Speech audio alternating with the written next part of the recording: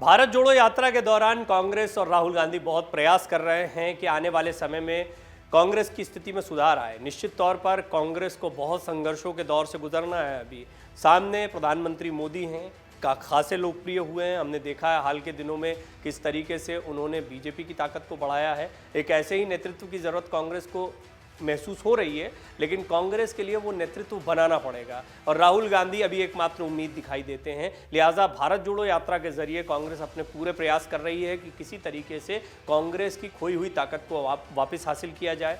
इसके लिए राहुल गांधी लोगों के बीच में जा रहे हैं और कई ऐसे तरीके भी हैं जो पहले आजमाए जा चुके हैं, जिनको दोबारा आजमाया जा रहा है, जिनमें एक है लैपटॉप की राजनीति बहुत देखने को मिली। उत्तर प्रदेश में तो बहुत जमकर देखने को मिली है और जब बच्चों को लैपटॉप मिलता है या युवाओं को लैपटॉप देने की बात होती है तो इन वादों का बड़ा असर भी होता है। बहरहाल अभी इस वादे की बात तो नहीं है, लेकिन लैपटॉप एक बार फिर चर्चा में आया है जब कांग्रेस ने भारत जोड़ो यात्रा में शामिल एक छात्र को लैपटॉप गिफ्ट किया और बच्चे के सपने को नई उड़ान मिली है।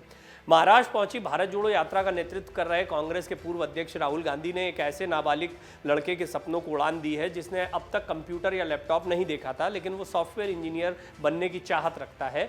राहुल गांधी ने मुलाकात में उसके सपने के बारे में जाना तो पार्टी अध्यक्ष मल्लिकार्जुन खड़गे ने तत्काल उसे कंप्यूटर भेंट करवा दिया। फिलहाल लैपटॉप पाकर लड़के की खुशी का ठिकाना नहीं रहा। कांग्रेस नेता राहुल गांधी ने एक फेसबुक पोस्ट भी की है। इसमें उन्होंने 2 लड़कों से मुलाकात के बारे में जानकारी शेयर की है।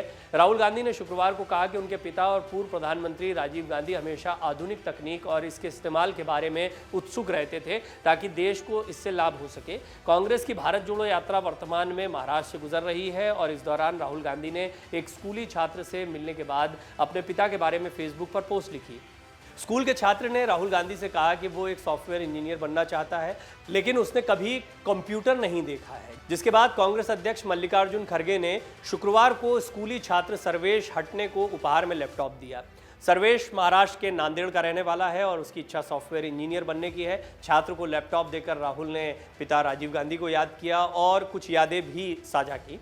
राहुल गांधी ने अपने फेसबुक पोस्ट में पिता के प्रसिद्ध उद्धरण को याद किया, मैं युवा हूं और मेरा भी एक सपना है। उन्होंने लिखा, मैं आप सभी को उनके बारे में, उनके सपनों और कल 4 युवा लोगों के साथ मेरी अद्भुत बातचीत के बारे में कुछ और बता दूं। राहुल ने अपनी पोस्ट में लिखा, पापा हमेशा आधुनिक तकनीक और इसका उपयोग भारत के लाभ के लिए कैसे किया जा सकता है इसके बारे में उत्सुक रहते थे।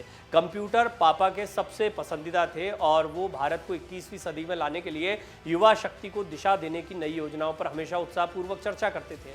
उन्होंने अपनी पोस्ट में आगे लिखा, युवा सर्वेश हटने और चंद्रकांत किरकल की आंखों में मैंने वही जिज्ञासा और उत्सुकता देखी। मैंने उन्हें बताया था कि आईपैड कैसे काम करता है। हमारी बातचीत के दौरान उन्होंने मेरे साथ सॉफ्टवेयर इंजीनियर बनने के अपने सपने को भी साझा किया।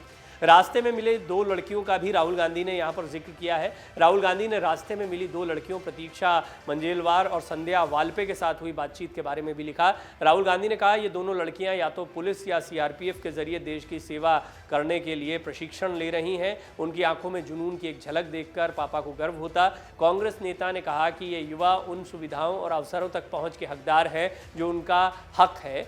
गांधी ने कहा, सर्वेश के लिए लैपटॉप सिर्फ शुरुआत है, हमारे पास 1 अरब और सपने हैं जिन्हें साकार करना है। भारत जोड़ो यात्रा के दौरान अब महाराष्ट्र से यात्रा गुजर रही है। पदयात्रा के दौरान बच्चों से भी कई बार राहुल गांधी ने मुलाकात की है और इस बीच में बच्चों को लैपटॉप देने की ये तस्वीर भी सामने आई है। लोगों में अभी तक उत्साह देखने को मिला है, लेकिन राहुल गांधी की अब असली चुनौती शुरू होती है। बड़ी तादाद में लोग पदयात्रा में जुड़ रहे हैं, लेकिन उत्तर भारत में जैसे जैसे यात्रा बढ़ेगी तो क्या ये तादाद इतनी ही रहेगी? मध्य प्रदेश, राजस्थान या अन्य जगहों पर यात्रा को कितना रिस्पॉन्स मिलता है, इस पर बड़ा सवाल हमेशा हर बार उठता है। तो देखना होगा कि क्या राहुल गांधी की ये लंबी यात्रा इसी तरह से चलती रहती है। हर वर्ग के लोगों में पदयात्रा को लेकर अभी तक तो उत्साह देखने को मिला है, खासतौर पर दक्षिण भारत की बात की जाए तो इनमें बुजुर्ग बच्चे भी पदयात्रा से जुड़े राहुल गांधी से मुलाकात कर रहे हैं। राहुल अभी तक जहां जहां से गुजरे हैं वहां पर कई लम्हे सामने आए। अब बड़ा सवाल ये खड़ा होता है कि तस्वीरें खिंच रही हैं, बच्चे साथ में आ रहे हैं, राहुल के साथ में लोग दिखाई भी दे रहे हैं, लेकिन क्या ये वोटों में परिवर्तित होगा? मुनुगोडे तेलंगाना की एक ऐसी सीट है जो बहुत बेसब्री से लोग इंतजार कर रहे थे, क्योंकि राहुल गांधी तभी वहां से अपनी यात्रा को लेकर निकले थे।